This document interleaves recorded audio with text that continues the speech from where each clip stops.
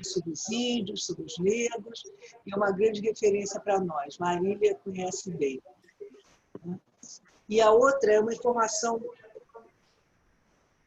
interessante, muito comovente. No dia 27, na segunda-feira, a Marielle faria 41 anos. Então, no domingo, no dia 26, domingo, às 19 horas, a Elza Soares vai estar ao vivo no canal do YouTube do Instituto Marielle Franco. A Elza Soares vai cantar as suas músicas mais famosas. Isso é uma iniciativa do Instituto Marielle Franco. Então, dia 26, às 7 horas da noite, Elza Soares cantando por todos nós, fazendo uma homenagem à queridíssima Marielle Franco. Depois eu repito essa informação. Bom, eu sou Maria Luísa, eu acho que a grande maioria já me conhece. Eu sou jornalista de profissão, sou graduada em História, fiz meu mestrado e meu doutorado em Semiologia e meu pós-doutorado em Comunicação e Cultura. Eu estudo fascismo já tem uns 40 anos, desde o tempo da universidade, da graduação. Sempre me interessei muito por esse assunto, porque percebi que a modernidade tinha sido construída também a partir desse acontecimento que foi um marco, um divisor de águas nesse período, no período seguinte, na contemporaneidade. Ele foi o nazifascismo, ele foi um corte, né, na racionalidade do tempo moderno. E isso tudo complementado com a bomba de Hiroshima, que realmente inaugurou um outro momento nessa nossa contemporaneidade. Então, todos os meus trabalhos, todos os meus escritos, né, ele tem sempre como base, como chão, essa nova, esta relação do racional iluminista com a irracionalidade humana demasiado humana. Eu não vou entrar nisso, porque aí a discussão fica muito ampliada e é muito específica e eu não vou entrar nisso. Eu vou entrar direto na questão do fascismo. Bom, então é isso. Eu tenho essa formação, por isso que eu fico à vontade para falar sobre o assunto, porque eu não gosto de quando lido com questões assim, com relações como se fosse em sala de aula, eu não gosto de conversa de botequim, não gosto de achismo. Então, por isso que eu fico à vontade para falar sobre o fascismo. A minha dissertação de mestrado, que foi sobre texto jornalístico, ela é toda, o chão todo dela é a questão, ela é toda permeada, ela é toda sentada nesse pensamento, nessa reinauguração da modernidade. Eu também tenho um objeto de estudo que eu adoro. Eu fiz meu mestrado foi sobre textos jornalísticos, mas sempre com a questão do fascismo. Mas eu estava muito cansada da metafísica ocidental, exausta, não aguentava mais. E há muitos anos eu estava de olho na China. Muitos anos eu já vinha assim, olhando de rabo de olho. E eu dava aula na universidade, eu sempre tive esses dois campos de trabalho. Eu sou jornalista, já tenho quase 50 anos.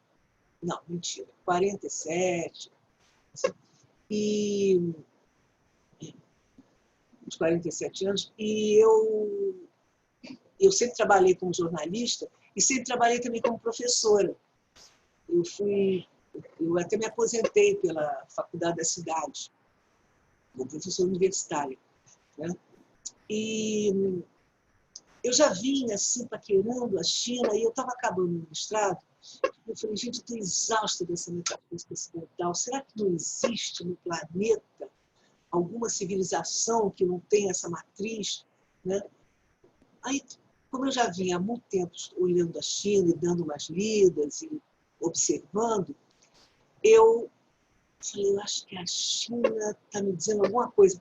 E um dia entrei na faculdade para dar aula e vi lá um cartazinho, aulas de mandarim. Eu falei, não é possível, não acredito em coincidência. E aí comecei a estudar a língua também e estava terminando meu mestrado e me preparando. Eu falei, eu vou emendar no doutorado, se eu sair fora, depois não volto. Aí eu resolvi fazer um projeto sobre a China, ainda sem saber muito bem o que eu queria, né? Mas eu fiz o projeto, infelizmente foi aprovado, e então embarquei no doutorado e fiz meu doutorado sobre a China. É uma área que eu também conheço razoavelmente bem, e aí meu pós-doutorado eu também estudei, trabalhei com a China. Eu estou contando essa história para vocês para dizer que temos quero ter uma boa conversa. Bom, o que nos traz aqui, então, é o fascismo. O fascismo, eu vou trabalhar mais com a porção alemã dele, nazifascismo. Eu pensei, não sei se eu dou essa aula mais descritiva, ou se dou essa aula mais ampliada, mais analítica, e eu decidi que vou dar ela mais analítica e entrando com as descrições na hora que for necessário. Eu acho que tem muita gente aqui que já foi meu aluno, né? Tem gente que não foi, então, qualquer dúvida, a gente esclarece. Quando o Ari falou como é que nós chegamos a isso, acho que nós chegamos a isso porque custamos muito a dar nome aos bois. Desde o início, este homem é fascista. Este homem dizia, para quem quisesse ouvir. Eu ia começar ao contrário, mas eu só estou... Foi uma inspiração isso do Ari, né? Desde o começo, esse homem dizia que levava para todos ouvirem na Avenida Paulista, né? Levar para a ponta da praia, matar 30 mil, fechar o Congresso, e assim por diante. E nós não queríamos ouvir isso. Eu estou falando nós por uma questão de generosidade de estar dentro do meu campo, porque eu senti o cheiro do ralo em 2013. Eu falei, não, alguma coisa está errada aí. Está se construindo, está se pavimentando uma história para fundamentar o que está sendo urdido. Eu falei da China porque tem uma certa conexão esse movimento que atingiu em cheio o Brasil e a questão do surgimento da China se colocando no mundo e o Império norte-americano, o Império estadunidense, se sentir muito incomodado com isso. Depois a gente chega lá. Mas, então, esse homem era o protótipo do nazista. Ele não era nem fascista, porque existe uma diferença aí. Mussolini, quando assumiu em 22, outra coisa importante. Todos os dois, Hitler e Mussolini, entraram no governo pela via constitucional. Não houve nenhum golpe. O golpe foi depois. Aula. Aula com a Maria Luísa. Mas os dois entraram. O Hitler, porque foi chamado pelo Hindenburg, que era o presidente da República de Weimar, entrou pressionado pelos empresários, pelos banqueiros, pelos industriais, que estavam apavorados com o bolchevismo, com a Revolução Russa. Tudo que industrial, empresário, banqueiro tem horror é de comunista. E o Mussolini, em 22, quando ele assumiu, pressionado pela... Aí foi um conjunto da sociedade que se identificava, até popular mesmo, né, com o fascismo que ele criou, foi criado pelo Mussolini, essa ideia dessa unidade em torno da questão nacional. Quando tem aquela marcha sobre Roma, Mussolini não estava dando golpe. Mussolini estava fazendo uma pressão sobre o rei, o Vítor Emanuel, não é? Que olhou aquilo e não quis ouvir o seu chanceler, que disse para ele, olha, me autoriza que eu chamo o exército e a gente bota esse cara para correr.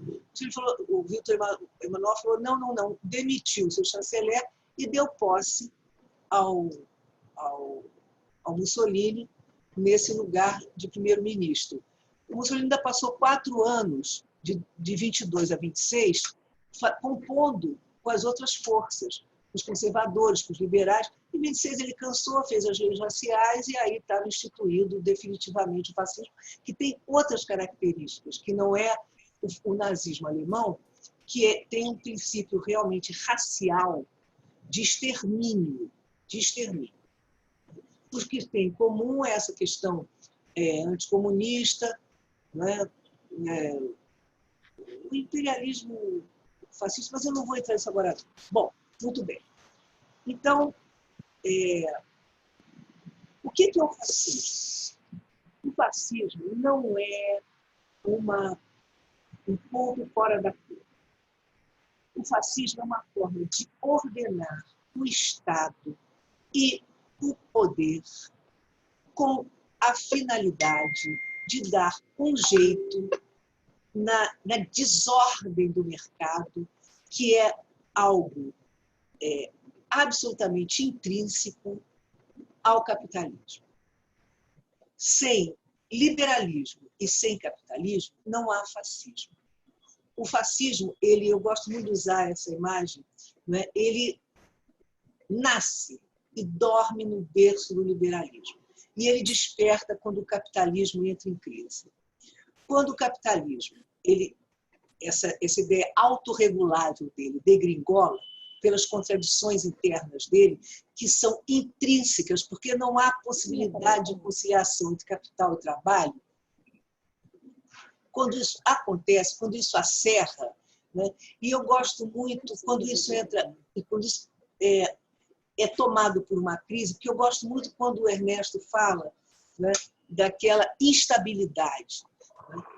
De fato, o capitalismo é um sistema instável, porque não há possibilidade de haver estabilidade quando você tem esse enfrentamento do capital com o trabalho. Eu desconheço, né? O capitalismo toma formas que tentam conciliar com o keynesianismo. Isso aí o Oquê vai falar tudo isso com vocês, né? Com os programas assistenciais, vai dando uma coxambrada, né? Mas é impossível, não há possibilidade disso acontecer, né? Capital e trabalho não são compatíveis, não é? Porque o capitalismo é um regime de exploração. E aí não tem nenhum sentido panfletário no que eu estou falando, nenhum sentido de partidarismo. Isto é da natureza, é assim. Não adianta querer ser diferente, porque não é. Isso aí não é determinismo, é porque é assim, foi forjado assim. Então, muito bem. Então, essa é a natureza do fascismo. Ele aparece para ordenar, botar lei e ordem em algo que ficou esgarçado, entrou em crise, dentro da sua estabilidade regular.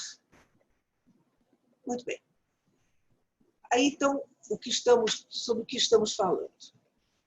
Só que o fascismo ele é o estágio mais reacionário, atrasado, regressivo, retrógrado e violento do conservadorismo liberal.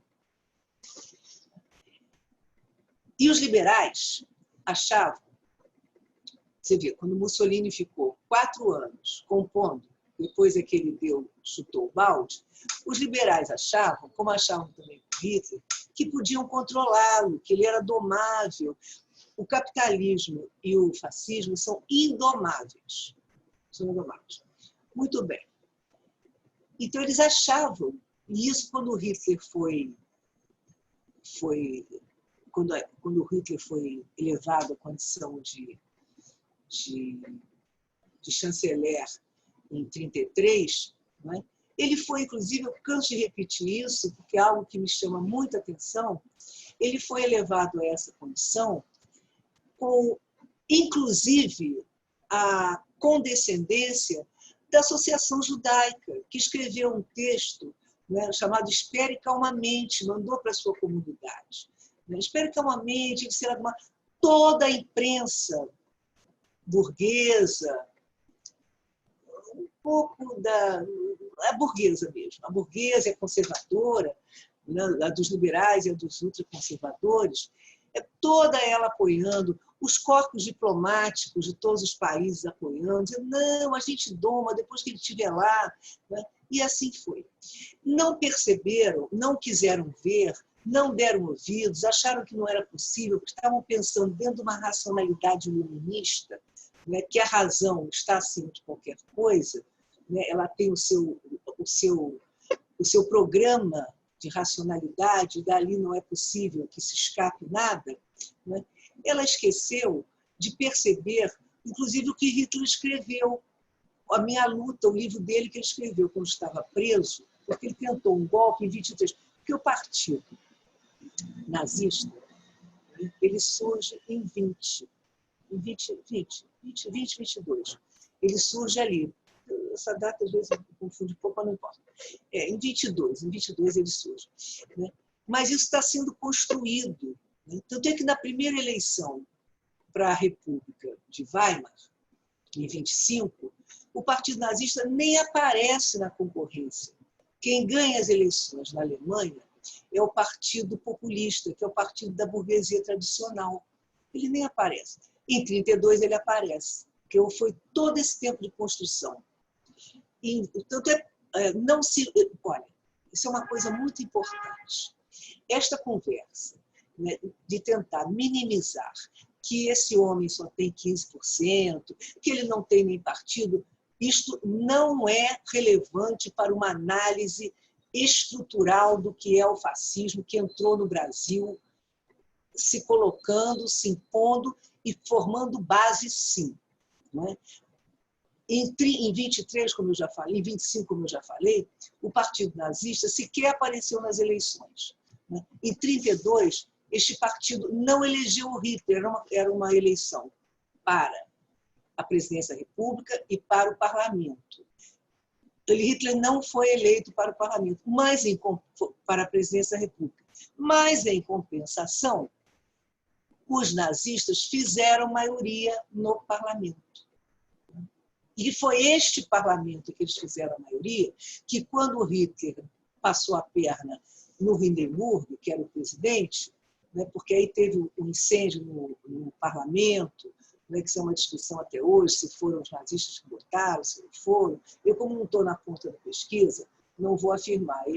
Eu trabalho com alguns historiadores que acham que, efetivamente, foi o partido nazista que botou fogo no hashtag para culpar os comunistas. Foi o pretexto que o Hitler arranjou para dizer, olha, precisamos fazer leis de exceção aqui agora, né, para garantir que isso não volte a acontecer. Muito bem, aí eles fazem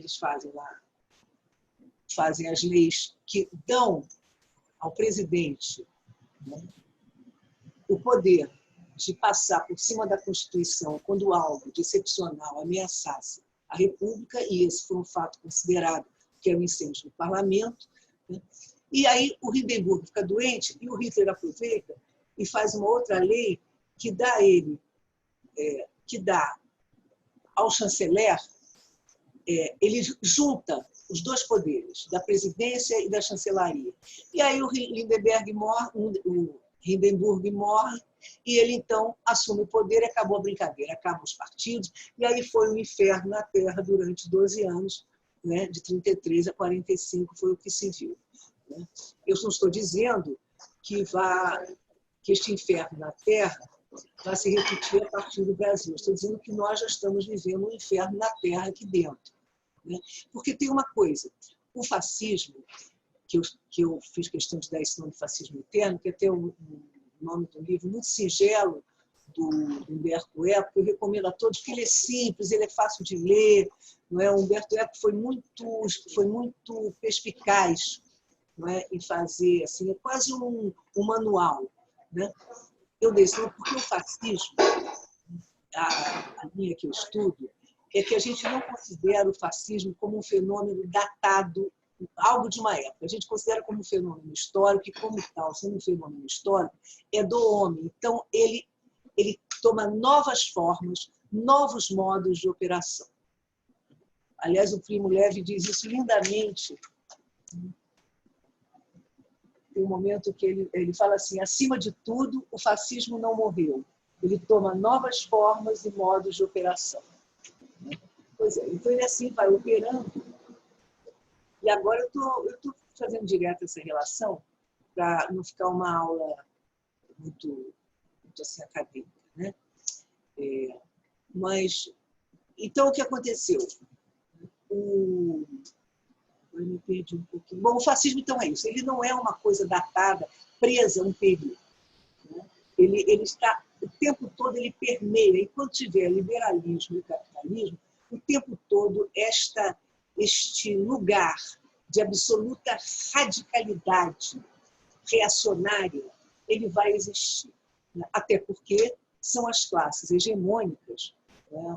As classes hegemônicas que apelam para esse tipo de reação ao que os ameaça. Agora, vocês vejam um problema que está instaurado aqui, não é? Eles brincaram com isso porque não conseguiram entender. Eu acho que são muito ignorantes. Você sabe que eu pensei que eles fossem melhor preparados? Não é? Porque não é possível que não tivessem visto isso. Não é? Acharam que o homem era uma brincadeira. Aliás, isso é muito interessante, porque o Hitler dizia que uma das causas da Alemanha ter perdido a Primeira Guerra é que trataram o inimigo como alguém banal, idiota, bobo, burro, alguém que seria vencido com muita facilidade, que não tratava de um bando de despreparados. Né? Enquanto que na Inglaterra, o Hitler escreve sobre isso, enquanto que na Inglaterra, eles trataram o inimigo como alguém violentíssimo, que tinha que ser morto mesmo, que tinha que ser enfrentado com toda a crueldade, com toda a energia. Então, não se perderam neste esvaziamento do que o oponente era de fato. Né? Por isso né, que o nazifascismo é de extrema violência. Né? O fascismo já era de extrema violência, né? Mas o nazifascismo foi o paroxismo disso. Até porque, felizmente, ainda não estamos nesse ponto aqui, não é? Embora tenhamos muitos rasgos que eu acho muito preocupantes, não é? A base aí é uma longa história, se a gente vai falando aqui. A base do nazifascismo era o racismo. Né? Aliás, o capitalismo é um sistema de absoluto racismo, em todas as suas nuances, indiscriminadamente. O sistema capitalista ele é racista, porque ele opera fazendo diferenças, sejam étnicas, sejam econômicas. Então, o racismo faz parte do capitalismo. Não é? Ele não costura uma unidade. Para você ter lugar neste sistema que é discriminatório por excelência, né, você tem que fazer suas afirmações. É por isso esse crescimento muito grande das ações afirmativas. Né? Isso aí é uma outra conversa. Bom, então, deixa eu subir aqui a minha orientação aqui, como é que está o negócio. Muito bem. Quais são os dois grandes inimigos do fascismo? Desde o primeiro momento. Quando eu falar fascismo, agora, eu estou falando do geral, do nazifascismo e do fascismo. Tá? Quais são os dois grandes inimigos do fascismo? São o comunismo e a democracia, e os liberais. Os comunistas e os liberais são os dois grandes inimigos, ou seja, o liberalismo e o socialismo. Muito bem. Então, vamos falar. Como é que os nazistas entendiam, como é que os fascistas entendiam o liberalismo, a democracia? Um regime muito fraco, frouxo, que não sabia, não conseguia e não podia dar conta da ascensão do comunismo no mundo. Nós estamos no início do século XX, nós estamos falando do início do século XX, estamos falando do pós-Primeira Guerra Mundial, entre 18, que é o final da Segunda Guerra, e entre o começo da guerra, em 17 você tem a Revolução Comunista, a Revolução Bolchevique na Rússia, que foi um caos para esses liberais, né? Muito bem. E até... Bom, vamos lá, vamos deixar assim, vamos deixar quieto. Né? Os liberais.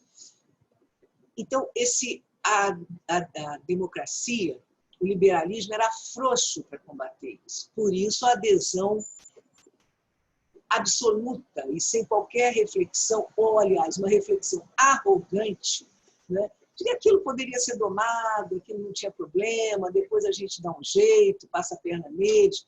Muito bem, não foi o que aconteceu. Né? Eles foram se... É muito interessante, porque o nazismo ele foi se organizando, você vê, foi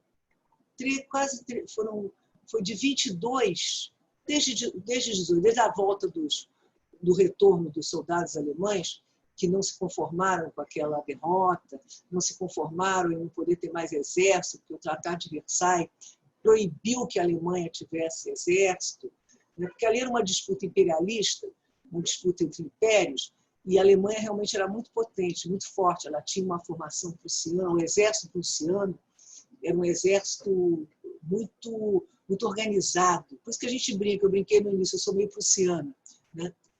Nesse negócio de organização. Fiz uma brincadeira ali. Né?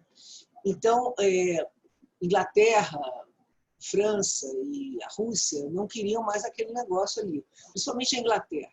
Né? A Inglaterra e a França não queriam mais aquele exército poderoso. Então, proibiu que houvesse exército. Né? Você tinha um exército de 13 milhões, 500 mil homens na Primeira Guerra. O exército alemão ficou reduzido a 100 mil homens, e sem obrigatoriedade. E, na verdade, era uma força nacional, não era exército coisa nenhuma, porque tinha acabado a obrigatoriedade, não podia ter, as pessoas não podiam servir mais exército.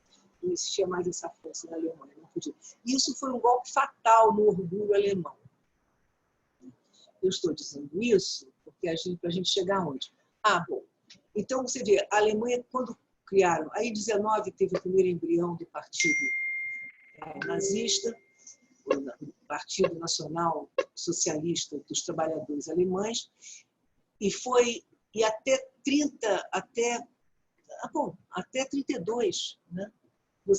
Esse partido ele foi se formando, ele foi se criando, ele foi tomando força, né? Até que conseguiu eleger, fazer maioria no parlamento e, ajudado pelas forças liberais, como já disse, sejam as tradicionais ou sejam as mais progressistas, a colocarem o Hitler no poder. Aqui aconteceu isso também. Não é? Porque as pessoas... Por isso esse perdão agora que os burgueses estão pedindo aos seus correligionários que deem ao PT. Esse recado não foi, no meu ponto de vista, não foi para o PT, foi para os seus, por o pessoal que assiste a Globo News, que lê o Globo, que se forma por essa mídia. Porque, poxa vida, vocês disseram para nós que os caras eram os vilões, né? E agora estão pedindo para a gente votar neles, né? Entre um professor que não era um delinquente. Podia ser um professor delinquente, né? Mas não era. Foi um professor, não é? Um homem com uma carreira distinta, um homem com compromissos progressistas, não é? E entre um nazista, né? Eles votaram no nazista. Né? Quem não votou se omitiu porque não ia votar na vilania petista. Então, agora eles estão pedindo, olha, por favor, porque sentiram a pressão da coisa. Porque uma característica do nazismo, né, como eu já disse, é completamente antiparlamentar, antiliberal. Eu vou até ler para vocês o que o Hitler diz aqui. Isso eu estou tirando do livro dele, viu? Vou até ver o que o Hitler diz aqui sobre o que ele pensa do parlamentarismo, do parlamento. Vou dar uma olhadinha para vocês aqui o que ele pensa sobre o parlamento. Olha, nós estamos numa situação difícil, viu? Bom, o progresso, abre aspas, estou citando Adolf Hitler. O progresso e a civilização da humanidade não são produzidos pela maioria. Estão fundamentados unicamente no gênio e na atividade da personalidade, características do nazifascismo. A raça pura, né, e a personalidade do líder. Para devolver ao nosso povo sua grandeza e seu poder, primeiramente é preciso exaltar a personalidade do chefe. Por essa razão, o movimento é antiparlamentarista. Se se ocupa de uma instituição parlamentar, será para atacá-la a fim de fazer desaparecer uma seção política na qual devemos ver um dos signos mais claros da decadência da humanidade. Palavras do Senhor Hitler. Então, vou falar para vocês, desculpa aqui que eu vou pegar aqui no chão. Falar para vocês. Então, o nosso objetivo aqui de estar estudando, de estar falando de fascismo, é para que se compreenda, tenha-se mais atenção nas análises da conjuntura. Eu fico muito feliz, muito satisfeita. Aliás, eu estou felicíssima com o FUNTEB. Eu acho que o próprio parlamento brasileiro, apesar de ser do pior do mundo, vocês viram quem ganhou quem está em primeiro lugar na eleição dos melhores congressistas? Álvaro Dias em primeiro e Major Olímpio em segundo. Muito bem. O que acontece com essa... O que aconteceu na Alemanha e o que aconteceu que vem acontecendo no Brasil, que as pessoas, a gente se pergunta, como é que essas pessoas votaram, não é? Principalmente as classes mais baixas, não é? E a classe média. Como é que ela votou nesse homem? Além, naturalmente, da pressão mediática, que isso realmente forma, mas aí eu concordo com o Wilhelm Reich. O Reich dizia que o nazismo era o partido que a classe média tinha pedido a Deus. Por quê? Porque ele é o partido da repressão. Porque o Reich dizia que é na família, é naquele primeiro lugar onde a repressão é exercida. Aí pela linha da sexualidade, que é a linha que o Reich estuda, né? Todo impulso é reprimido, é contido naquele ambiente familiar. Então a pessoa aprende a se reprimir. Olha, veja se vocês compreendem, eu não estou dizendo que isso seja a família, estou dizendo que é um modelo de família, né, que é o primeiro contato que a criança tem, né, e este modelo burguês, pequeno burguês, ele é estruturado em cima da repressão dos impulsos. É natural, você ensina a criança, olha, não enfie o dedo no olhinho do seu amiguinho, não esmague o pintinho com o seu pezinho, você começa a reprimir. Só que essa repressão, ela toma, aí o Freud chamava do mal-estar, ela toma proporções que vão para além disso que eu chamava, que os chineses chamam de etiqueta, essa pequena ética. Né? Tem a ética, não faça assim, não puxe a cadeira do seu coleguinha. Né? Tem uma certa ética no trato. Né? Muito bem.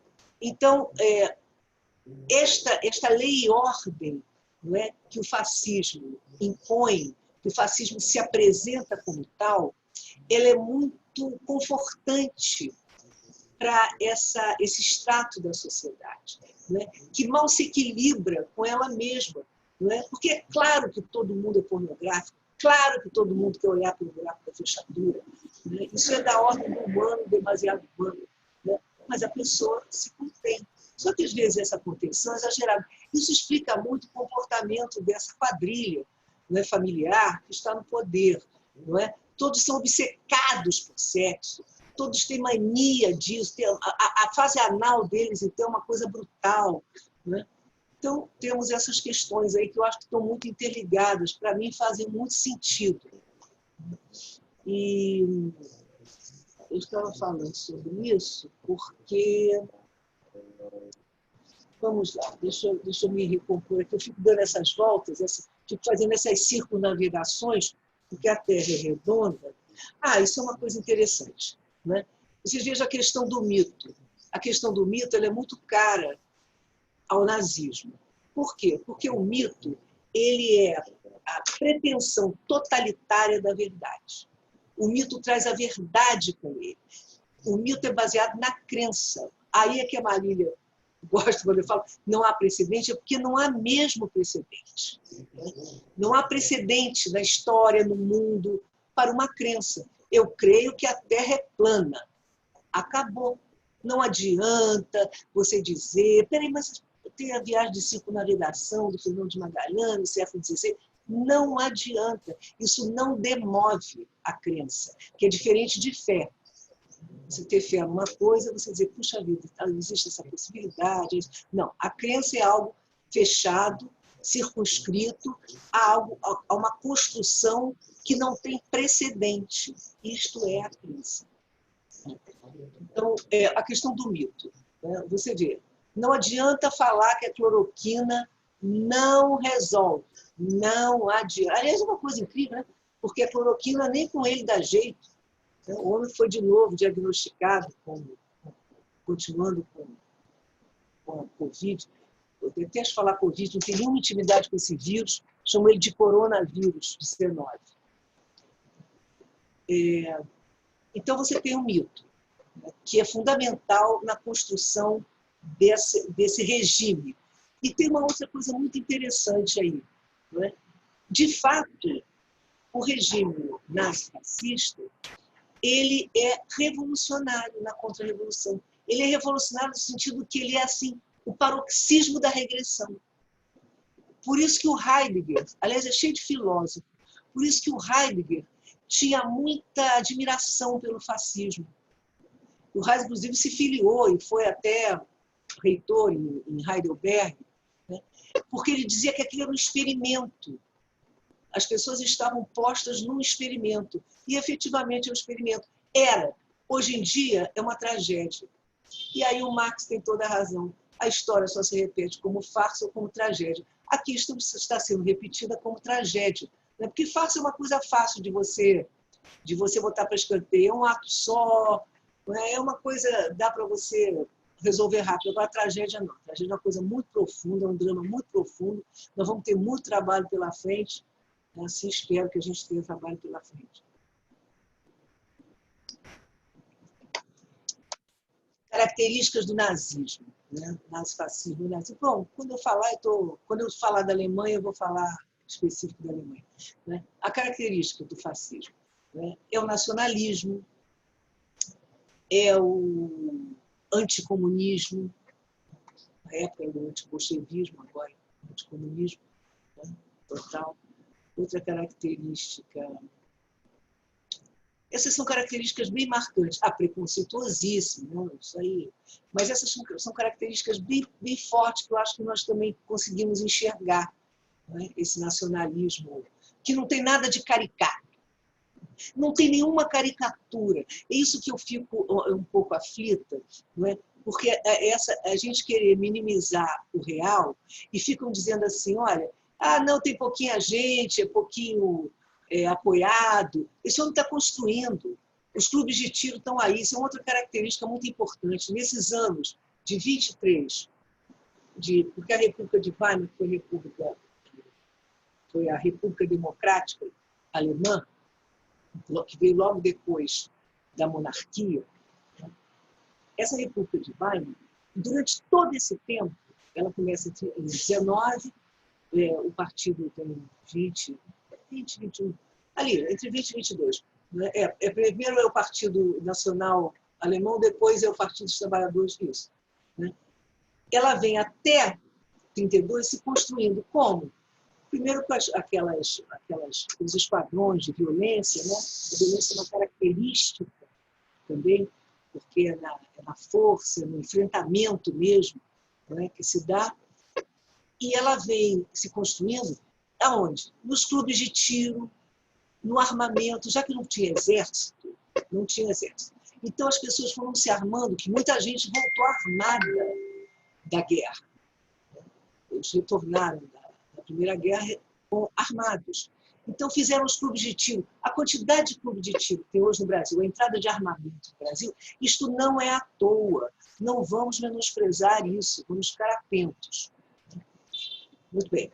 Então, essas duas características muito fortes, o nacionalismo e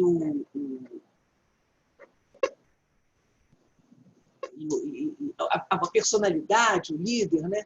Isso daí se opunha radicalmente à questão comunista. Não é? Nós, os comunistas, nós de esquerda, não somos nacionalistas chauvinistas, não é? Nós temos, é perfeitamente possível você ser nacionalista sem deixar de ser internacionalista, né? Nós não somos imperialistas, isso foi uma questão divisora de águas, foi aí que o Mussolini cria o fascismo, que era essa unidade, esse feixe, essa palavra vem de feixe, não é? O fasci vem de feixe, não é? Que era dos... Isso aí, os Littori, que eram os funcionários que andavam na frente dos magistrados romanos, né? Carregando um feixe que simbolizava a unidade, né, do mundo romano, né? Isso aí nós estamos falando do Império Romano, né? Então, o Mussolini toma isso que vinha, inclusive, das bases camponesas de esquerda, né? Esse princípio dos fasci vinha daí. Como o Mussolini vinha da esquerda, ele foi, inclusive, editor do Avante, e ele foi demitido, ele foi expulso do partido porque ele apoiou a entrada da Itália na Primeira Guerra Mundial. E os comunistas, os socialistas, nós somos pacifistas, nós não somos imperialistas. Os comunistas faziam essa leitura: olha, isso aí é uma guerra imperialista, nós estamos fora disso, não vamos entrar. E o Mussolini falou: não, isso aqui a gente tem que defender a nação. Então ele foi expulso, aí criou lá os fasci de combatimento, os grupos, vamos traduzir como grupo, não como feixe, de combatimento, de combate. Né? Aliás, é muito interessante os italianos são muito engraçados, né?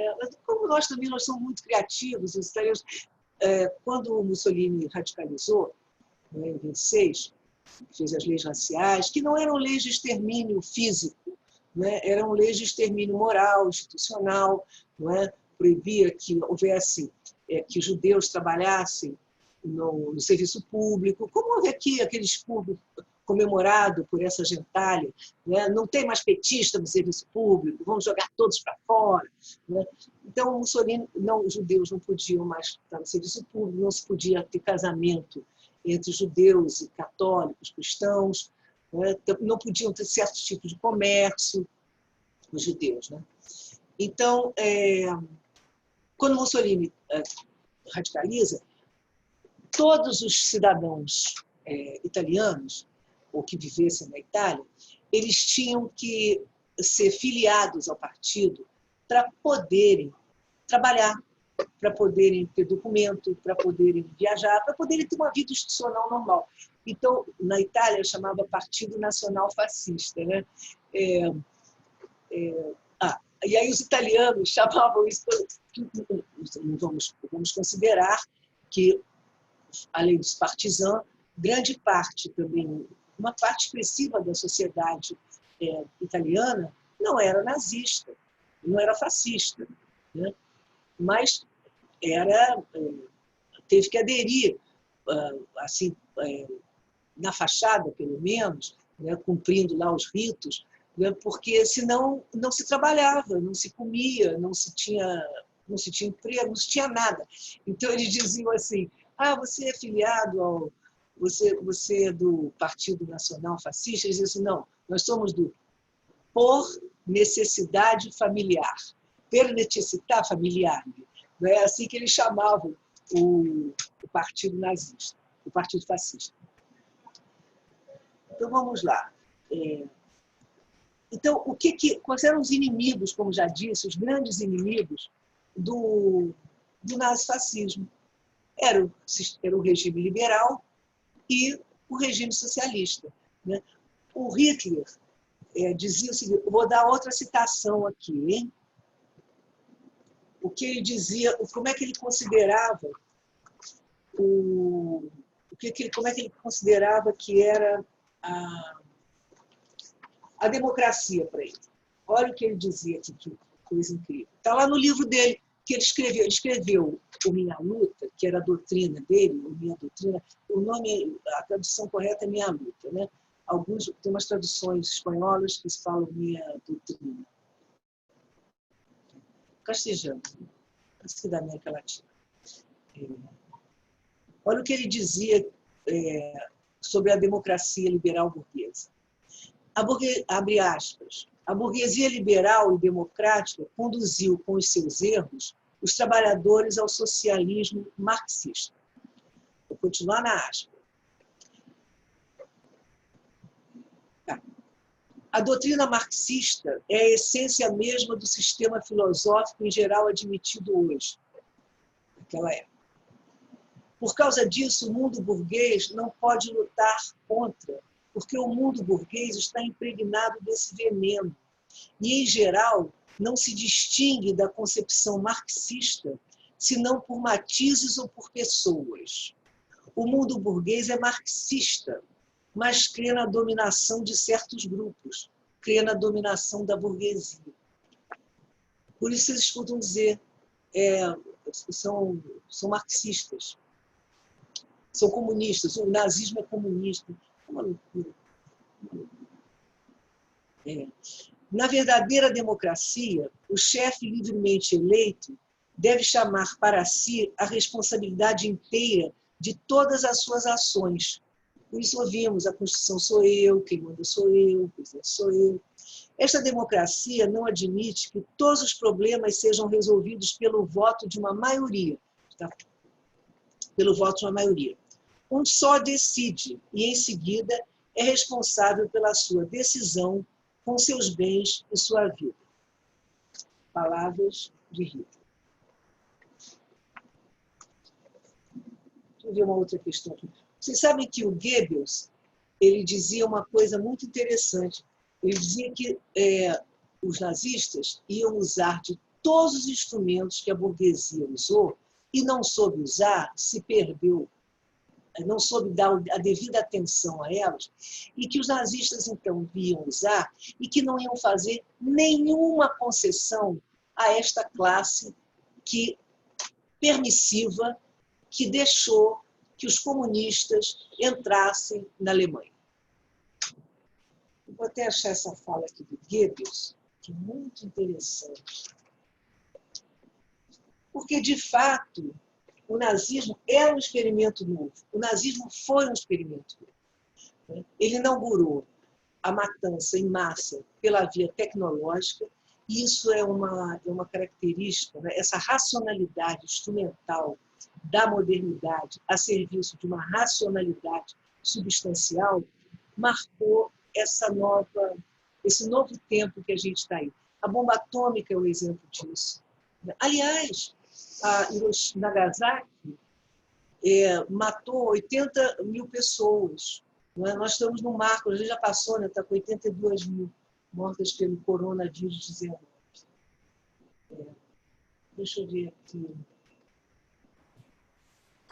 Maria Luísa, só para você saber, chegamos a 50 minutos, tá? Então bora, ótimo. Então vamos lá, vamos às perguntas, não é? Eu fico por aqui, espero ter dado algum esclarecimento, fui muito de idas e vindas, porque eu não quis fazer uma coisa muito, assim, descritiva, né? Quis fazer uma relação. Então só uma coisa que eu preciso dizer para vocês. Quando ficam perguntando assim, será que esse homem, por que será que o Brasil está assim? Isso é fundamental, não posso esquecer de falar, Luciano, depois me dá uma cortada. Olha aqui, saiu uma pesquisa, foi divulgada uma pesquisa de uma antropóloga social, Adriana Dias. Ela, durante 15 anos, ela pesquisou as correntes nazifascistas na internet. 15 anos. O uso político da web o uso político da web pelos nazistas, pelos grupos nazistas. Então, vejam vocês. Vocês sabem que no fim de 2019, Eram 334 grupos nazifascistas no Brasil. Veja só. Do dia 6 de junho do ano passado, de 19, o crescimento dessas células nazistas, bom, eles passaram de 334 para 349 grupos em todo o país. Vamos ver aqui, deixa eu dar mais uns dados rápidos, nós já estamos no ponto. Ai, gente, é interessantíssimo. O maior crescimento foi no sul do país, naturalmente, onde a caravana do Lula levou o tiro. Eu passo para vocês depois essa pesquisa, que é fundamental para se entender o que está sendo gestado, o que está sendo produzido nos subterrâneos desse país, e as pessoas achando que tudo será calmamente... Esse homem já avisou, ele não vai aceitar outro resultado. Né? Nós vamos ficar novamente achando, né, que está tudo bem.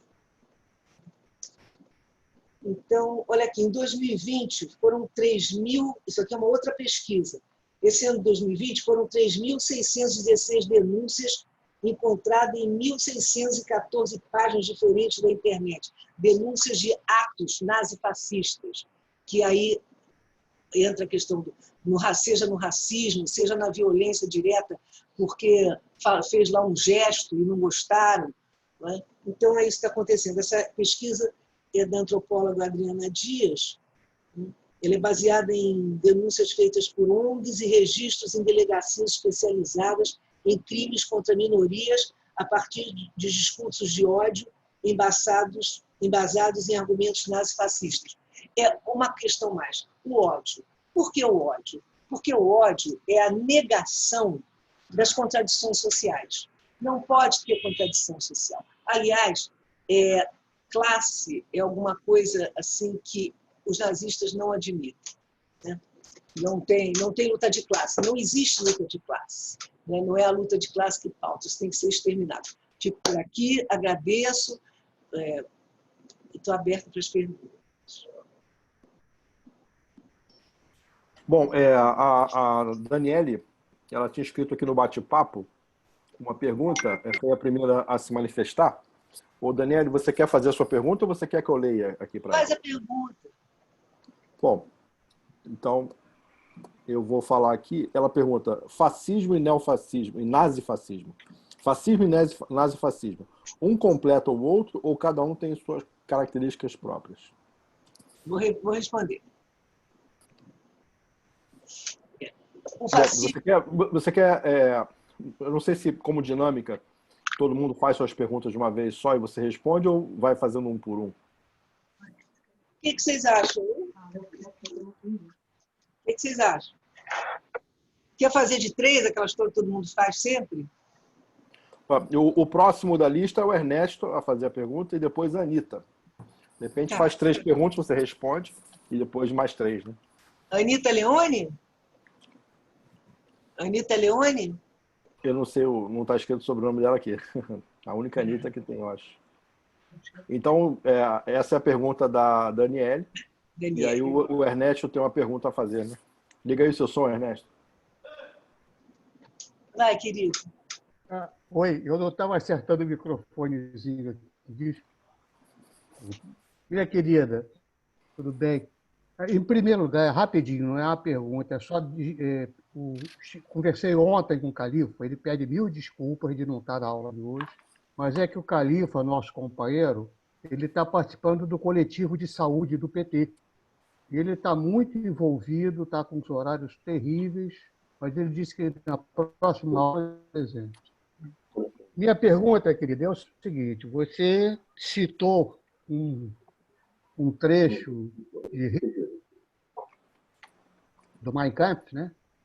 E que Hitler fala contra o parlamento. E eu estava me lembrando, dentro da sua aula, você vê alguma semelhança ou continuidade, que é uma coisa que eu venho estudando há muito tempo, do bonapartismo para o fascismo e para o nazismo.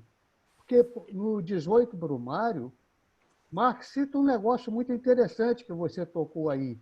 Luiz Bonaparte, para dar o golpe, usou o próprio parlamento para fechar o parlamento. Foi parte do golpe do Luiz Bonaparte. Ele comprou deputados para votarem a favor do fechamento do parlamento. Você vê a continuidade do bonapartismo, fascismo, nazismo?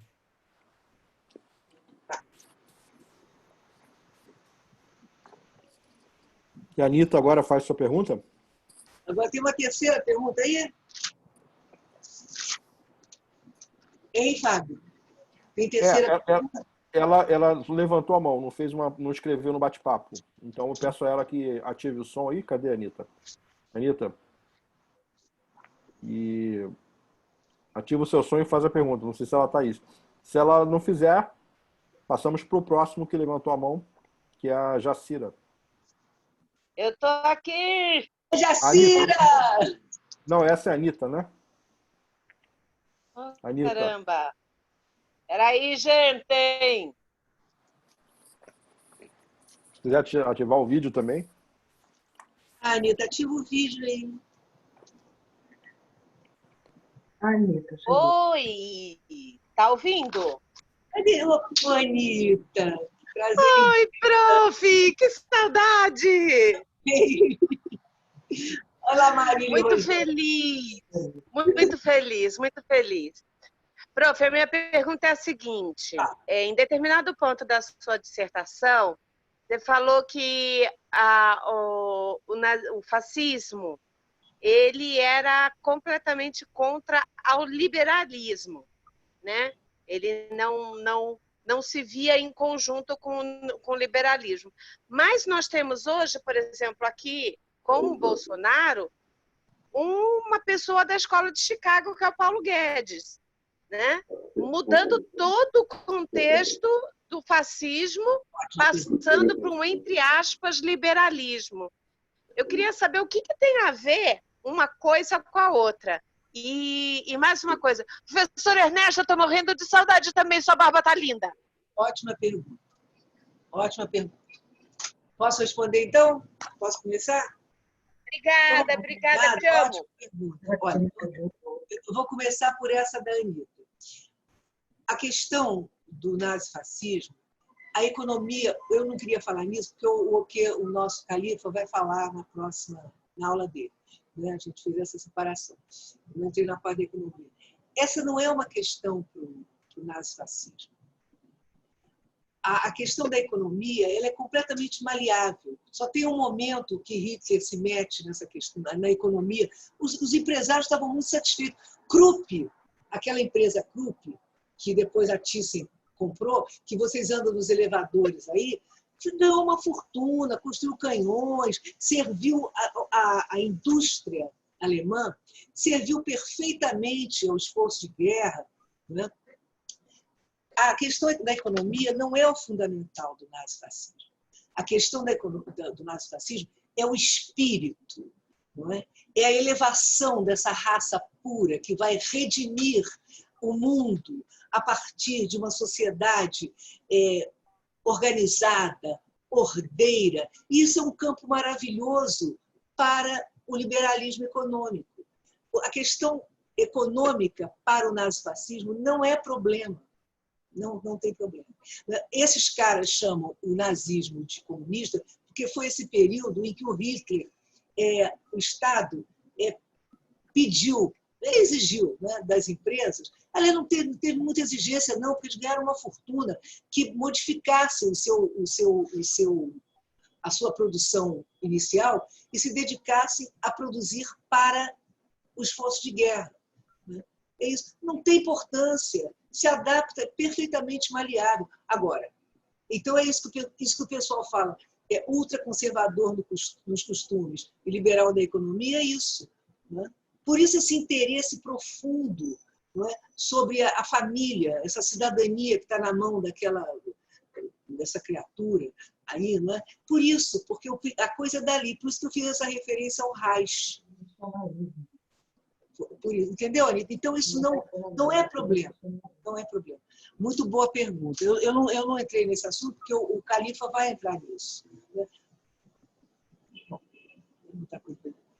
O bonapartismo. Olha, é claro que o Marx pergunta como é que se pode, né, depois de tanta luta, se eleger um medíocre daqueles. O Marx, por exemplo, parece até que usa uma... Não, eu acho que, quanto ao perfil medíocre, não é? eu acho que, sem dúvida, né? Esse homem, para além do medíocre, ele não é medíocre, ele é um nazista. Ele é um nazista. Né? As pessoas estão descobrindo que ele não é burro. Né? Ele articula muito bem. Né? Ele articula muito bem. Não acho que seja... Agora, é o seguinte, né? O sonho dele era isso, era um cabo e um soldado. Este era o sonho dele. O garoto... Tudo foi dito. Não se fez a análise de conjuntura que o Ernesto disse, porque estava se partindo de princípios para além, que não estavam fundamentados na realidade. Inclusive, uma discussão que eu achei muito negativa e que muito improdutiva foi aquela de é fascismo ou não é fascismo? Não é? Eu achava uma discussão bizantina. Não é? Estava na cara, não é, que o negócio era completamente nazifascista. Estava na cara. Dava para ver, inclusive aquele que são 2013 foi construído, não tínhamos crise. Qual era a crise de 2013 que não pudesse ser resolvida? A crise de 2008 que não pudesse ser resolvida? Dava para resolver aquilo. Não, você fazer uma política está certo, houve erros, não é, de se adotar métodos que fossem que encantassem a burguesia, tudo bem, mas nada que não pudesse ser resolvido. Agora não, agora o buraco está muito embaixo. Isso aí vai para ser resolvido, não vai ser brincadeira. Inclusive, estou muito preocupada com quando sairmos, quando estivermos todos vacinados e acabar a pandemia, e a ruína que estará a economia. Isso aí é um prato cheio, porque na hora que vier a revolta popular, na hora que começar o negócio a pegar fogo, é tudo que eles querem. Tudo que eles querem. Pronto. Aí a lei, a ordem se estabelece por um regime fascista. Pronto. E você acha que os empresários vão ficar chateados? Vão ficar um pouco, porque como esse homem se alinhou com o espírito imperialista, a nova forma de... A questão internacional, por isso que eu pedi para vocês lerem o artigo do Fiore. Eu acho o artigo do Fiore assim, de uma clareza, de uma elucidação. Não é? O Trump não está fazendo à toa essa provocação à China. Tudo que a China não precisava agora era ser incomodada, ser cutucada. A China está num processo de abertura, de crescimento, não é? Dentro do que ela programou, que tudo que ela não precisava era esse espicaçamento externo. Né? E o Trump sabe disso, por isso que ele está fazendo. Então, mas esse homem se alinhou e isso está começando a trazer prejuízos para cá. Né? Agora, se não fosse esse homem, se fosse um outro nazista, não é?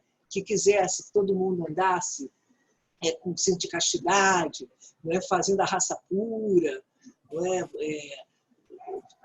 Cumprindo obrigações, não é? Em cima da goiabeira, não teria o menor problema.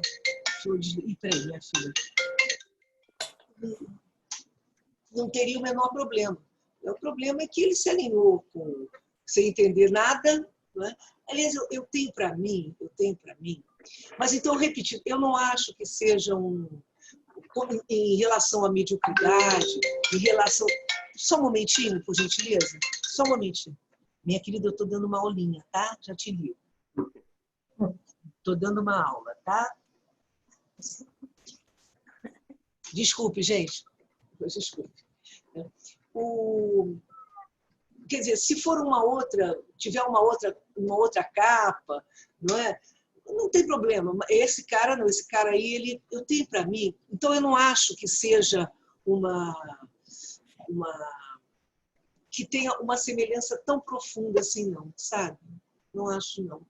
Eu acho que o bonapartismo, no sentido da ideia de fechar o Congresso, de acabar com as instituições democráticas, não é? Eu acho que tem sim. Claro que tem, claro, pois isso é o nazismo. Não é?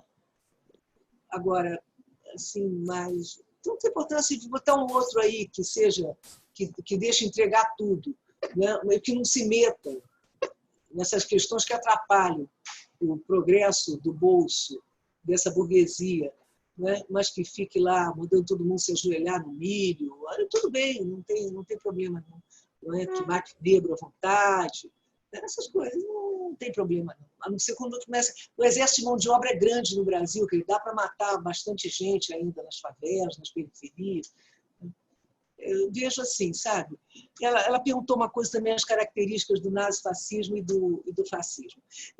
O fascismo, na Itália, o Primo Levi fala disso muito lindamente. Ele disse que havia um problema, porque como era muito leniente, né, tirando, logicamente, os ataques. Isso que acontece aqui, o cara está um homossexual, está andando na rua, vem um grupo, esmaga, estraçalha, né? Tirando isso, não tinha esse sentido de matar as pessoas todas. O Primo Levi diz que era um problema, porque havia uma leniência que às vezes as pessoas não entendiam o que estava acontecendo. Não é?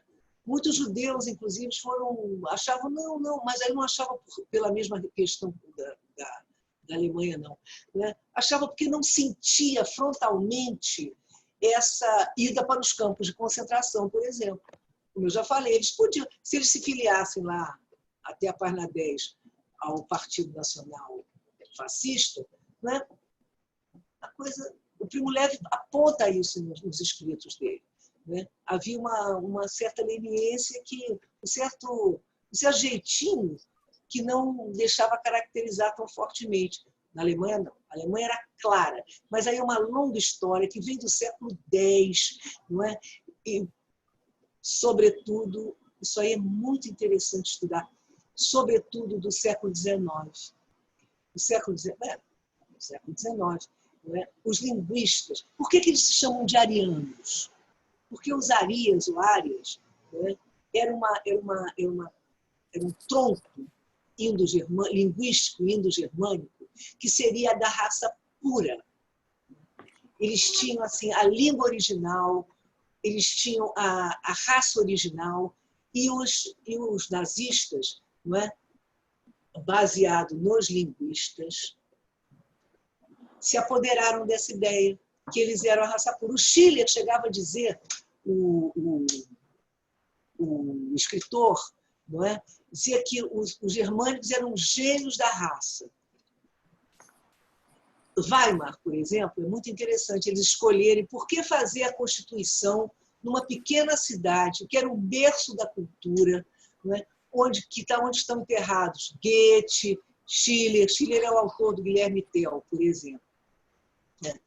Goethe, Schiller, os românticos, os grandes românticos, né? Onde Johann Sebastian Bach foi lá chefe de órgão. Né? Porque nessa cidadezinha, a 283 quilômetros de Berlim, né? Uma cidadezinha que era assim, um berço da cultura, né? Da cultura germânica. Por quê? Porque lá não tinha operário, não tinha fábrica, ninguém ia ser perturbado, iam viver naquele mundo, naquele pan-germanismo, naquele mundo germânico, naquele berço. Então, essa história é uma história comprida que vem, não nasceu naquele dia, não. Então, tem diferença, sim. Os italianos, naturalmente, tinham toda a força do Império Romano, que, aliás, era uma briga danada, o Império Germânico-Românico no século X, é um fio, ou seja, a história é um fio de aranha, né? Difícil de você arrebentar. Né? Nós continuamos nesse trenzinho da história e vamos passando o tempo, como diria, eu gosto muito dessa, não foi ele que ia falar, mas eu gosto que o Derrida ele recupera isso, o tempo é disjunto, né? Você tem todos os tempos, e o Brodel dizia isso, que era o trenzinho da história, você perpassa por muitas épocas no mesmo tempo. Então, eu não acho que seja Bom, se eles conseguirem, não é, com essa ala do exército que intimida a democracia, não é? Mas eu sou mais preocupada, sabe, são com esses grupos armados que estão no subterrâneo, nesses clubes de tiro, Isso é de uma gravidade tremenda, essa quantidade de arma entrando, essa liberação. Olha, eu vou contar uma história para vocês rapidamente. E quando teve o plebiscito do desarmamento, nós fizemos umas banquinhas pela cidade, né? Vocês lembram disso, né? E eu fiquei numa banquinha aqui na Zona Sul, na Gávea. E eu estou lá sentada, ali no Baixo Gávea, um lugar predileto dos patricinhas e mauricinhos e a juventude inocente do Leblon. Eu estou ali sentada, e aí chegou uma mocinha, né, arrumadinha, cheirosinha, gostosinha, e falou assim, que é isso? Eu falei, isso aqui é para o Instituto, é pro plebiscito do desarmamento. Né? A gente não querer que tire aquele item que falava da entrada de armas, aquele negócio de venda, aquele negócio todo. Aí ela falou assim, ah, é? Eu falei, é. Ah, mas isso é importante, né? Eu acho que a gente precisa se armar. Eu falei, ah, é? Por quê? Por causa dos sovietes. Ah, dos sovietes. Né? Fiz uma cara assim, de paisagem, segurei a respiração e falei, dos sovietes. Aí ela leu, felizmente, que eu não sabia o que eram os sovietes. Né? Aí eu fiquei olhando para ela, os sovietes, eu falei, ah, é, o que são os sovietes? Aí ela me deu uma aula dos que eram os sovietes, do jeito dela, naturalmente. Né? Aqueles que iam entrar no Brasil, grupos se organizando para tomar o poder, para acabar com as liberdades individuais, aquilo que a gente escuta. E aquilo ficou na minha cabeça. Eu cheguei a comentar com uns 2 ou 3 amigos que disseram que eu estava ficando maluca. Eu falei, tá bom.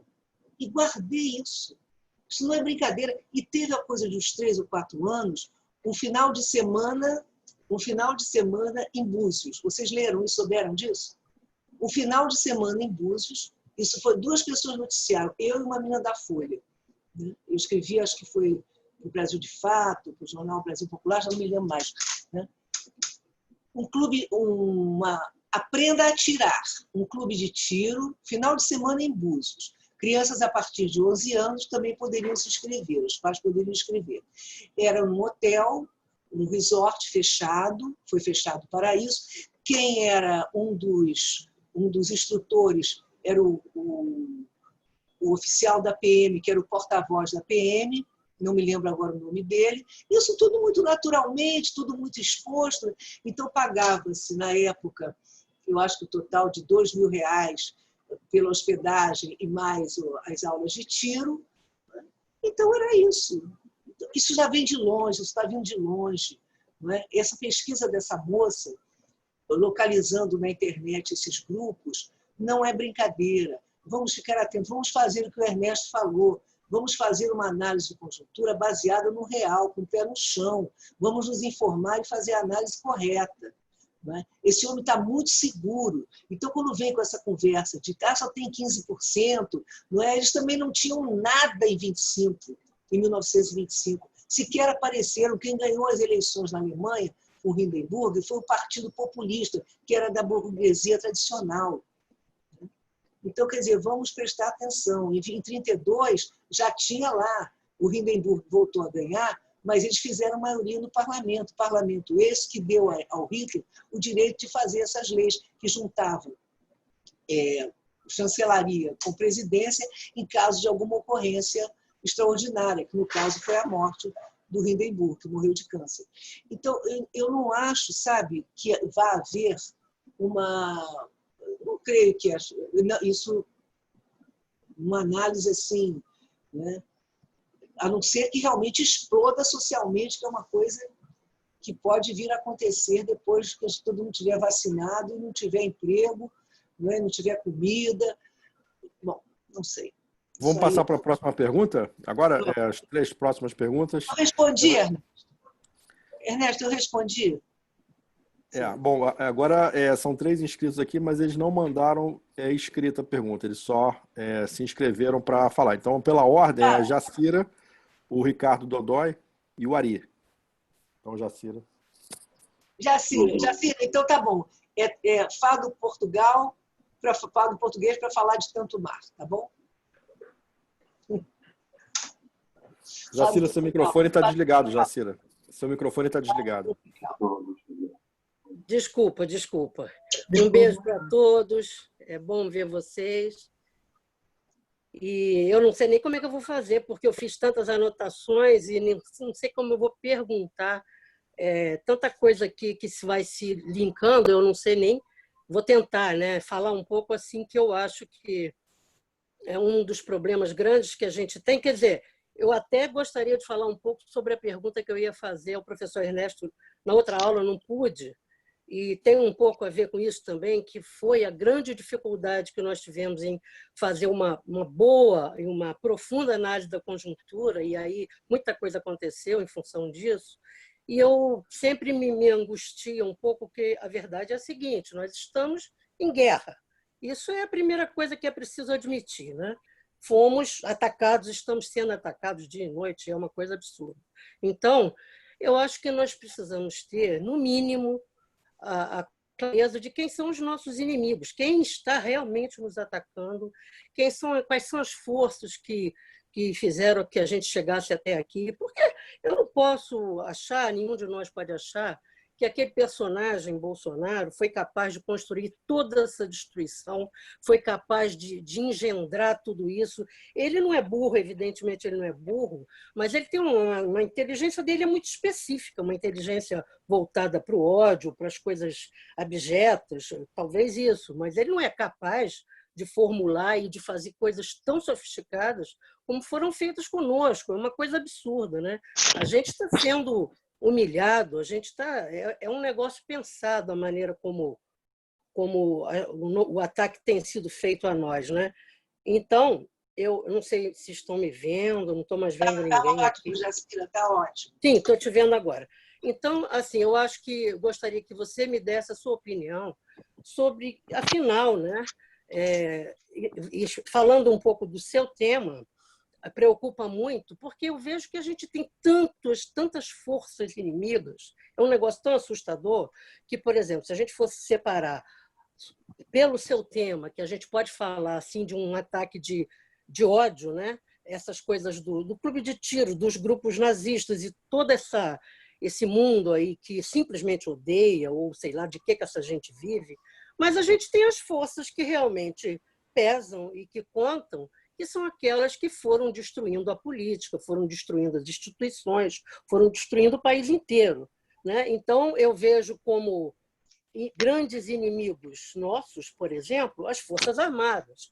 Eu vejo a juristocracia em geral, eu vejo a grande mídia em geral. Eu vejo essas três forças como aquilo que sustentou o buraco onde nós estamos hoje, né? Então, além de todo o ódio, de tudo que é perigoso, que está em volta de nós, inclusive na pessoa personificada pelo Bolsonaro, tem as forças que levaram o Bolsonaro aonde ele está.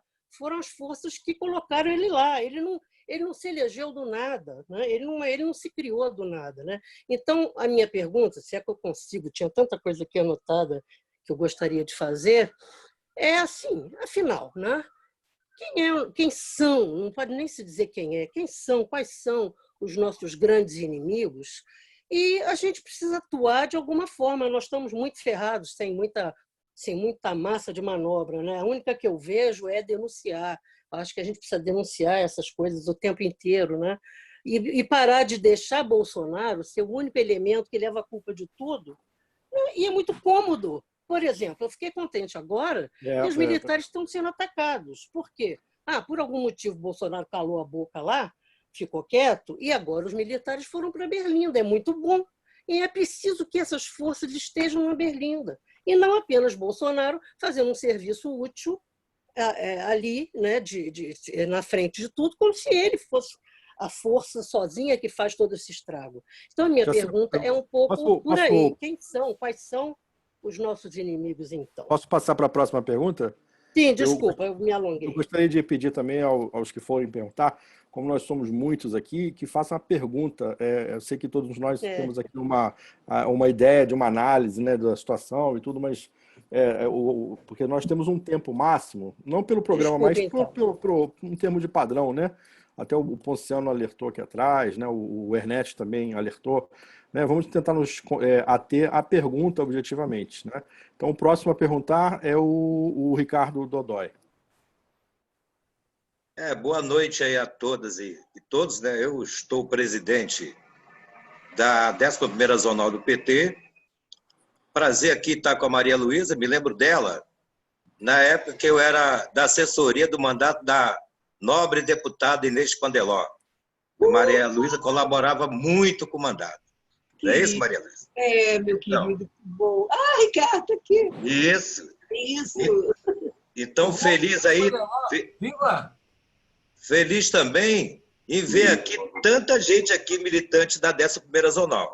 Não vou citar o nome de todo mundo, porque como o companheiro Fábio colocou, né, a gente não se estender, mas está aí como referência a Sônia, né, que ela é secretária de formação da nossa formação política da nossa zonal. Bom, a pergunta que eu queria fazer é o seguinte, primeiro ilustrar rapidamente, né, a gente sabe que uma das características, né, do nazismo e do fascismo e do nazifascismo é o nacionalismo, certo? E pela perspectiva histórica, né, tinha um forte componente, né, de fortalecer, né, a indústria nacional, né, fortalecer o campo nacional, tanto que tinha primeiro a Alemanha para a Alemanha, depois a Europa para a Alemanha, embora isso não tenha sido dito, né, mas foi essa política que foi desenvolvida.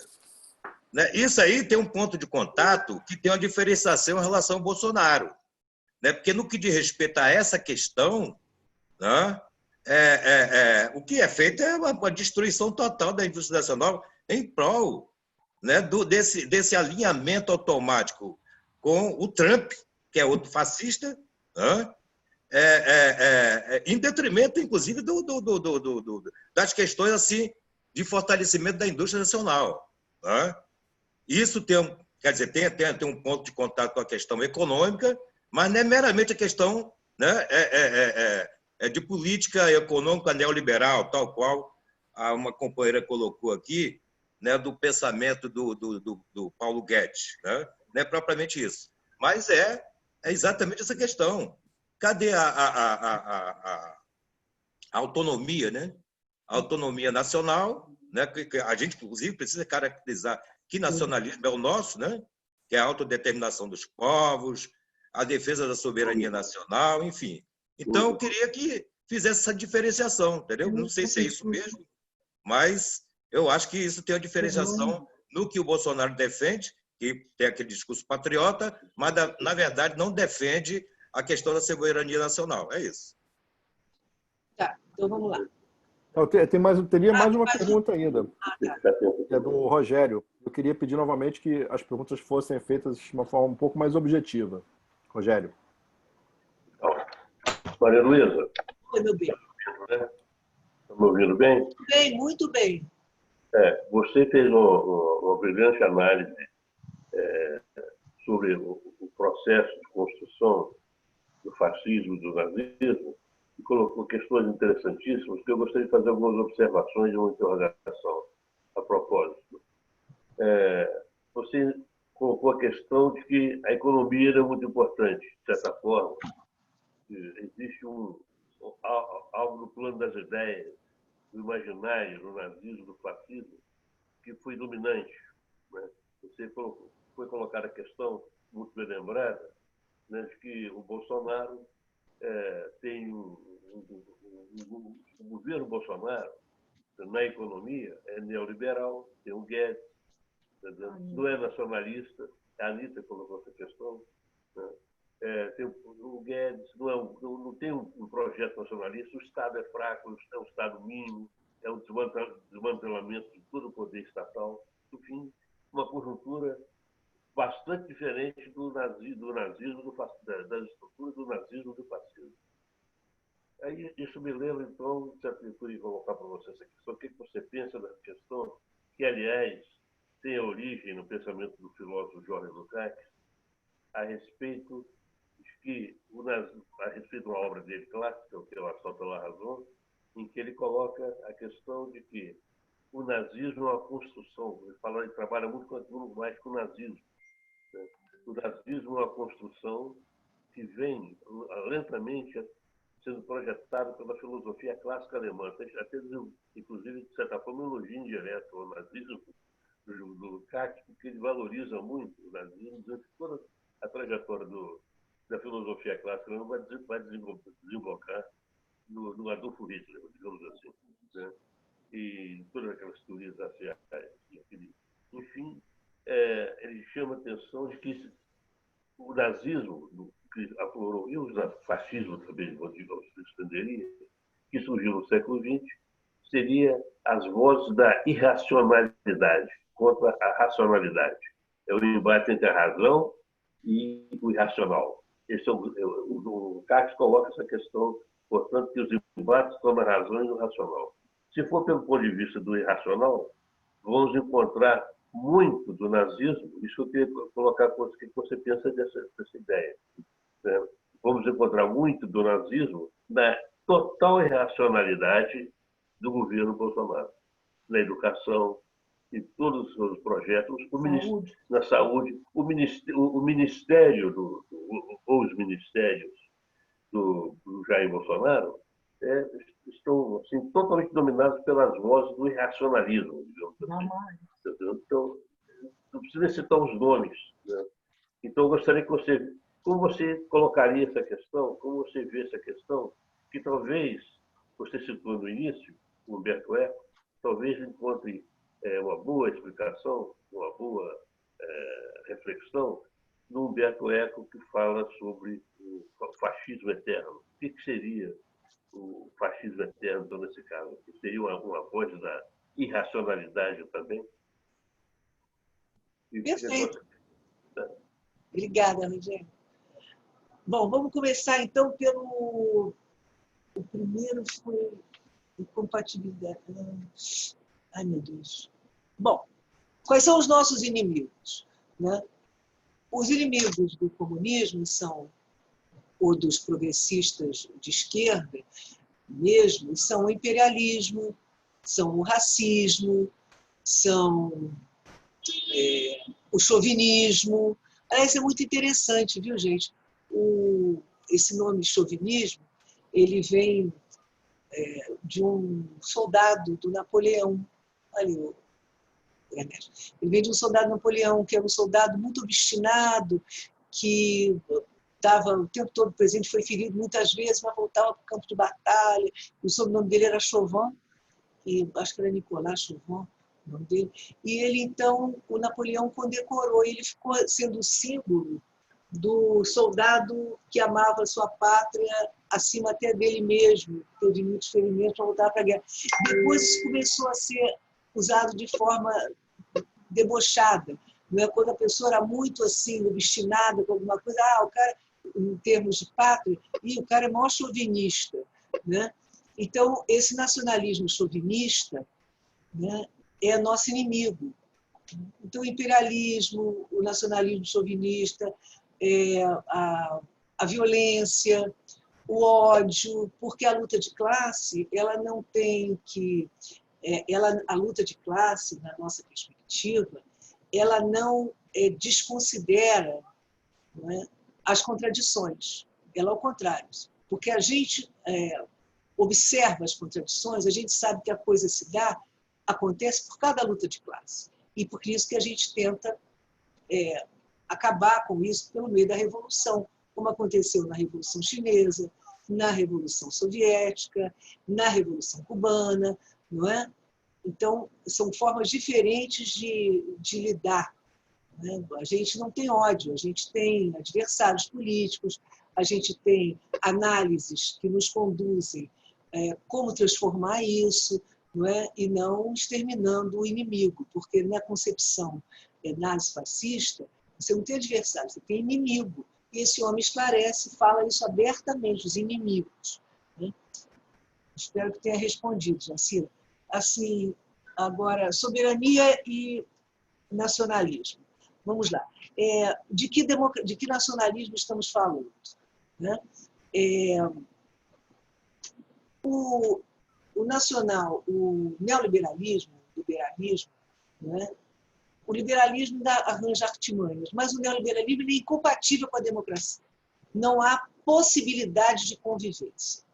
Né? Arma-se, faz-se artimanhas, tenta se jogar dali, mas é incompatível. Na hora H não cola, não tem liga, não pode, não existe. Então, de que democracia estamos falando? Do nacionalismo. O nacionalismo dos nazistas era um nacionalismo, volto a repetir, que aí junta com a pergunta do Rogério, não é? Essa filosofia clássica alemã que vem do pan-germanismo, que vem do germanismo, não é? Em que você tem, o Lukács diz muito bem isso, né? Em que você tem aquela raça, aquele modo de pensar, não é? Que é originalíssimo, é inédito, né? É único, só diz respeito àquele mundo. Né? Isso aí está interligado. Então, esse nacionalismo alemão, né? Até porque é o seguinte, tem uma coisa aí, a Alemanha ela não se desenvolveu, né, como potência econômica, né, com o nazismo só. Ela já era uma grande potência. A Alemanha já tinha metrô antes da França, a Alemanha já tinha rádio, a Alemanha já tinha um desenvolvimento tecnológico, né, que não foram os nazistas que implantaram, eles só fez desenvolver. Por exemplo, no caso da ótica, como houve uma dedicação muito grande ao cinema, porque isso era uma forma de grande publicidade, o Goebbels tinha isso muito claro para ele, né? O cinema como um fator de captura das subjetividades, de formação de uma subjetividade única, a ideia daquela nação, daquela raça, né? Houve uma aplicação muito grande no desenvolvimento dessa tecnologia, a Zeiss Pentax, a Zeiss, essa lente, que é a lente mais cara do mundo, né? essa parte ótica. Vocês terem uma ideia, em 1935, no Festival de Cinema, o Rogério sabe disso, no Festival de Cinema de Veneza, os filmes da Leni Riefenstahl ganharam prêmio, foram premiados, ela ganhou uma medalha de ouro. E em 1937, isso o nazismo está comendo solto na Alemanha. Olha que anos são chamados anos loucos, né? O nazismo está comendo solto na Alemanha e olha a incompreensão do mundo do que estava se passando lá. Porque os campos de concentração existem desde 1933. Né? Isso a mortandade já estava comendo, em 1933 ainda não tinha essa solução final. Isso é de 41, mas já vinha acontecendo. Comunistas presos, judeus, quilombolas não, ciganos, né? Isso tudo já estava acontecendo na Alemanha. E a Europa vivendo seus anos loucos. Teve uma exposição, uma grande exposição de arte, aí entra a questão do racionalismo, o racionalismo tecnológico, né? E em contraponto a esse racionalismo, né? O professor Louvi tem já vou falar sobre isso, né? Então, é realizado a grande Feira Internacional de Arte Técnica, em Paris, né, em que a Alemanha tem um protagonismo na exibição da sua tecnologia, uma junção de arte com tecnologia. Eu vou deixar para o Rogério falar essa parte do Rogério, isso que eu não toquei. Né? Então, ela não nasceu, esse desenvolvimento todo tecnológico, avançado, industrial, ele não nasceu no nazismo, a Alemanha já vinha com isso. Né? Aí o professor Louvi diz uma coisa, por isso que eu comecei falando da racionalidade, a questão da racionalidade. Né? O professor Louvi diz uma coisa assim, que eu gosto muito, abre aspas, o fascismo leva às suas últimas consequências a combinação típica moderna entre o progresso técnico e a regressão social, racionalidade instrumental e irracionalidade substancial. Então, você tem esses marcos com o nazifascismo e coroando com a bomba atômica, que acaba com a Segunda Guerra. Né? Você tem um outro marco, a gente inaugura uma contemporaneidade marcada por essa combinação entre a racionalidade e a irracionalidade. O que a gente vive hoje, não é? Com essas tecnologias? Não é? Essa pressa, essa aceleração que não faz parte de nós. Não é? Nós estamos sendo seres produzidos, não é? Por essa aceleração alucinada tecnológica, não é? Que leva ao extremo da irracionalidade. Se eu quiser pulverizar, né, as pessoas, assim, eu pulverizo, eu crio lá um pó, como o Zíclono, como ele pulverizou as pessoas nos campos de concentração, nas câmaras de gás. Né? Então, essa questão da racionalidade com a irracionalidade, isso é uma característica, né, do nazismo. Então, essa questão do nacionalismo, ela não está presa necessariamente a esta relação internacional. Eu entendi sua pergunta. É que aí tem uma sutileza. Como é que se garantia a soberania? No armamento. Entendeu? É aí que a soberania se estabelecia. E como disse o Primo Levi, né? Ele não é igual. Ih, caramba, que isso? Acho que eu saí. Ele não se repete da mesma maneira, ele toma as formas. Humberto Eco diz isso de uma forma muito bonita. Não é? Ele tem são ideias, ele elenca, não é? Vai tomando formas diferentes, porque como é uma questão histórica, as pessoas não são iguais, elas estão sob um chão de história que difere, não é? Mas a matriz é a mesma. É essa questão, é muito sutil. Não é? A perda da soberania, no caso brasileiro, está atrelada ao imperialismo, né, do hegemon. Esse tipo do Fiore é muito importante. Né? Quer dizer, nós continuamos nessa... Que nacionalismo é esse? É um nacionalismo dependente, né, de um hegemon que tem os mesmos princípios. Né? Nós viramos uma colônia, nós somos um adendo, nós somos um rabicho, um apêndice. Né? Nós somos um apêndice estadunidense. Não é? E com que ideia de nacionalismo? Com a ideia imperialista, com a ideia da belicosidade, com a força regendo as relações, não é? Com ódio ao diferente. Não é? Então é isso, você tem aquele princípio da soberania, não é? Ele é soberano com quem?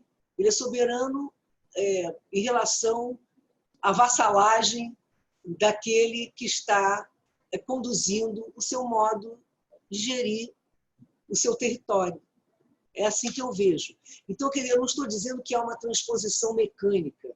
O que eu estou dizendo é que há características, há pontos em que você percebe que o fascismo, de fato, ele toma formas de operar diferentes, mas continua na mesma esteira, nesse entre-lugar entre o liberalismo e o comunismo. Ele não é um ponto fora da curva neste modelo, nestes regimes. Ele é uma ruptura de regime, né, em relação tanto ao liberalismo quanto ao comunismo. É isso que eu estou falando. Rogério, eu respondi um pouquinho, porque eu não vou entrar no CATS aqui. A questão da irracionalidade, é muito séria. Né? E também não entrei muito na questão da discussão sobre o bonapartismo, porque não é esse o nosso objeto aqui. Mas não vejo assim... vejo, claro, a ideia toda é essa, é uma quebra de regime. Não é? O nazifascismo é uma quebra de regime. Ele não é um rito de passagem, não é? Ele é uma... Tanto é que o Hitler dizia, eu sou uma revolução na contra-revolução. E, efetivamente, por isso o encantamento do Heidegger. Não é? Isso é um experimento.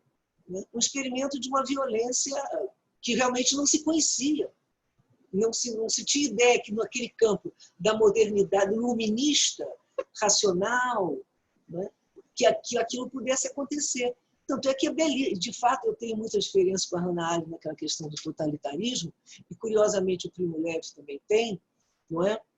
Embora ele até coloque a questão do... Mas eu não vou entrar nisso. Né? São coisas diferentes. Mas, agora, eu concordo com a Hannah Arendt quando ela ressalta a questão da banalidade. São seres humanos que estão ali. Aquilo ali não são seres extraterrestres, não são pessoas que se brotaram de um canteiro não é? Adubado com a maldade, não é? Já foram pessoas que nasceram para aquilo. Não, aquilo ali são pessoas comuns, sou eu, é o Ernesto, é a Marília, a Jacira, não é? Que fomos nos deixando levar, não é? Pelo aquele ambiente, pelo aquele clima, porque tem toda uma história atrás daquilo. Não é? Então, isso. Né? Essas pessoas aqui, no caso brasileiro, não é? O que foi acontecendo? Não é? Houve uma extensão, houve um Estado, a possibilidade de um Estado para todos. Não é? Isso foi uma ameaça brutal. Isso não é brincadeira. A PEC das empregadas, aliás, falando nisso, já disse, né? Hoje faz 100 anos que Florestan Fernandes faria 100 anos, o homem construiu uma sociologia nas bases brasileiras. Né? Então, quer dizer, aquele PEC das domésticas foi de uma violência, era um último laço concreto, palpável, visível, do escravismo, da subordinação, não é? Do empregado. Não é? Como é que uma pessoa dessas, não é? Pode ter direitos, ainda mora na casa, ainda come da comida? Não é? Não pode. Essa relação de trabalho anti-escravista, que seria da carteira assinada, dos direitos trabalhistas, não pode existir na cabeça dessa burguesia, não é? Formada nessas bases escravistas. Está aí agora, o fim da carteira, é da mão para a boca, aí se arruma um trabalhinho, ganha ali o dinheiro, aí compra comida e pronto. Aí depois corre atrás de outro. Isso eu estou me lembrando da África do Sul, quando eu estive lá, passei um mês na África do Sul, há um tempo, já logo depois do... Acabou o tempo? Pois é, na verdade é o seguinte, nós temos uma proposta, né? Queria até me desculpar aí. As perguntas elas estão encerradas, senão a gente vai passar muito do objetivo. Nós estabelecemos aí um formato de uma hora de aula, né? Em torno de uma hora de aula, e mais meia hora para perguntas, totalizando 1h30. E a gente já passou bastante disso, né? Temos agora 1h45, né?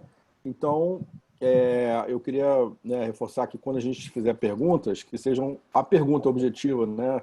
Se a gente for fazer uma análise de cada um, a gente vai acabar produzindo um tempo excessivo, né? E o professor também tem que, enfim, agora as perguntas estão encerradas, podem ser enviadas para o grupo, para a turma, né? Então eu queria que a Maria Luísa agora, né, usasse a palavra para fazer esse encerramento e tal, né, da aula. Olha, eu só quero dizer o seguinte, vamos fazer aquilo que o Ernesto falou, vamos fazer uma análise de conjuntura, né, com o pé na real. Né? Não vamos vamos ser generosos, não vamos partir de dogmas, né? Não vamos só ficar patinando em cima dos dogmas. Né? E eu espero que eu tenha contribuído, agradeço demais as perguntas, agradeço demais estar com vocês. Não é? Eu peço um pouquinho de desculpas da desorganização, das digressões, mas é porque é diferente de sala de aula. Então é isso, agradeço muito, estou muito feliz de ver todos vocês, né? Espero ter contribuído.